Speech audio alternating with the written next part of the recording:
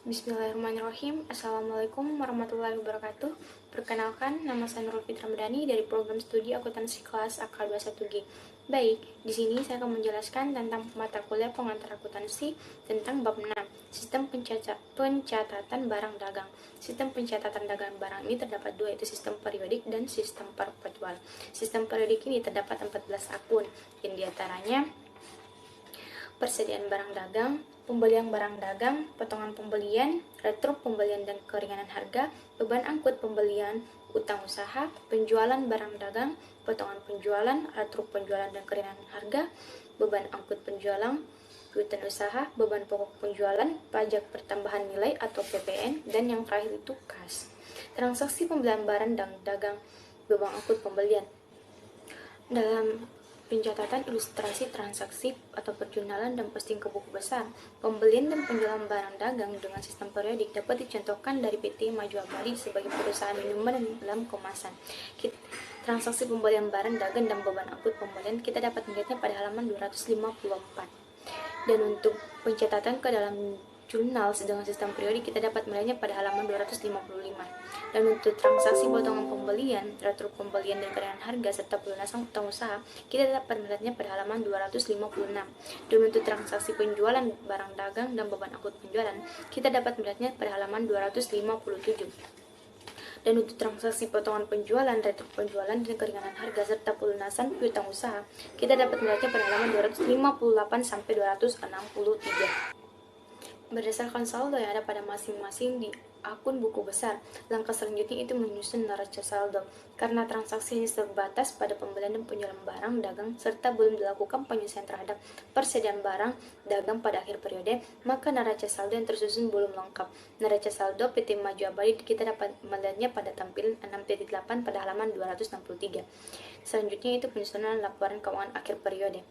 Ada beberapa hal yang perlu dilakukan pada akhir periode mengenai pencatatan dengan sistem periodik. Yang pertama itu menghitung besarnya nilai persediaan akhir periode.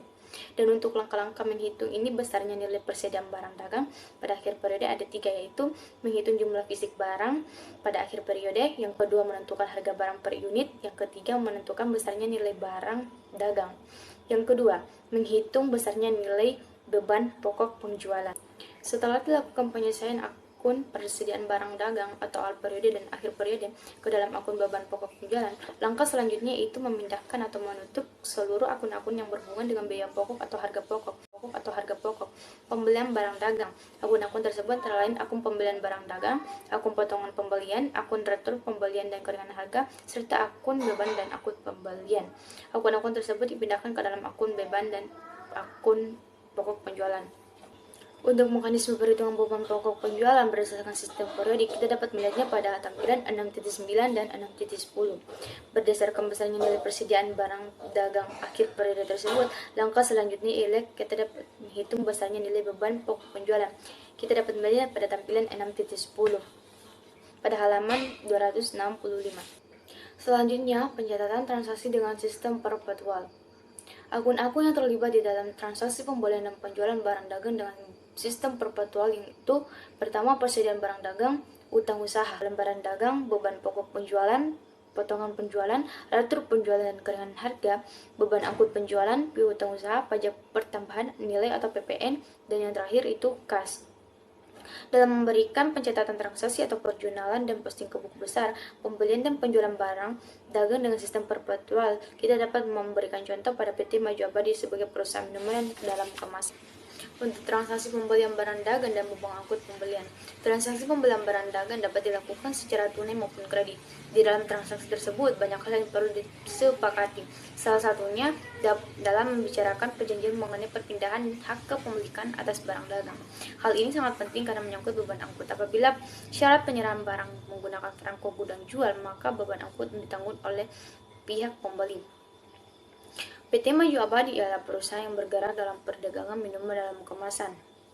Berikut ialah transaksi selama bulan Desember 2015. Kita dapat melihat pada halaman 268. Berdasarkan transaksi pembelian barang dagang dan beban angkut pembelian tersebut pada halaman 268, kita dapat melakukan pencatatan ke dalam jurnal dengan sistem perpetual. Kita dapat melihat pada halaman 269. Untuk transaksi potongan pembelian, retur pembelian, dan keringanan harga serta pelunasan utang usaha. Di dalam transaksi kredit, pihak pembeli biasanya memanfaatkan pasal potongan yang diberikan oleh pihak penjual untuk membayar utang usaha sebelum pada masa jatuh tempo atau paling lambat pada tanggal jatuh tempo.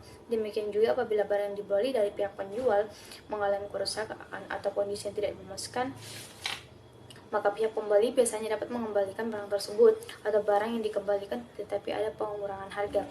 Dan untuk transaksi penjualan barang dagang dan beban angkut penjualan. Transaksi penjualan barang dagang dapat dilakukan secara tunai maupun kredit. Salah satunya penting dalam transaksi penjualan barang adalah beban angkut. Apabila syarat penyerahan barang menggunakan secara tunai maupun kredit, salah satunya penting dalam transaksi penjualan barang adalah beban angkut. Apabila syarat penyerahan barang menggunakan franko gudang pembeli, maka beban angkut barang ditanggung oleh pihak penjual. Beban angkut tersebut oleh pihak penjual diperlakukan sebagai beban operasional di dalam laporan laba rugi. Berdasarkan contoh pada PT Maju Abadi, kita dapat melihat ilustrasi mengenai transaksi tersebut pada halaman 271.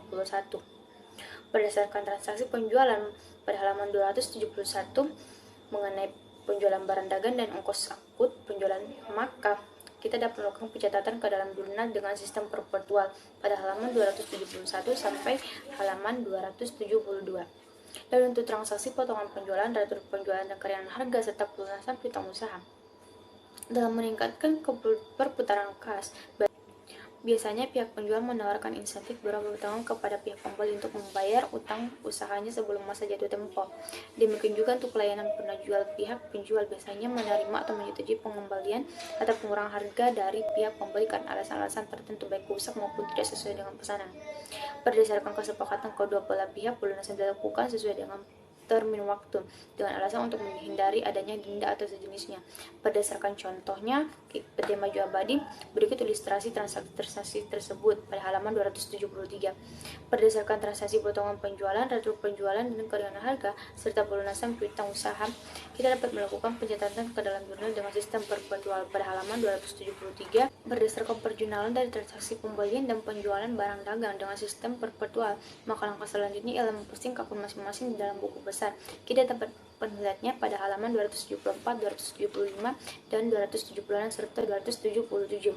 Berdasarkan saldo yang ada di masing-masing di akun buku besar, maka langkah selanjutnya ialah menyusun neraca saldo. Karena transaksi hanya terbatas pada pembelian dan penjualan barang dagang, maka neraca saldo yang tersusun berjumlah lengkap. Berikut ialah neraca saldo PT Maju Abadi berdasarkan pencatatan sistem perpetual. Neraca saldo dapat dilihat pada tampilan 6.11 pada halaman 270. Baik, itulah tadi penjelasan dari saya tentang sistem pencatatan barang dagang menggunakan sistem periodik dan sistem perpetual. Sekian dan terima kasih. Wassalamualaikum warahmatullahi wabarakatuh.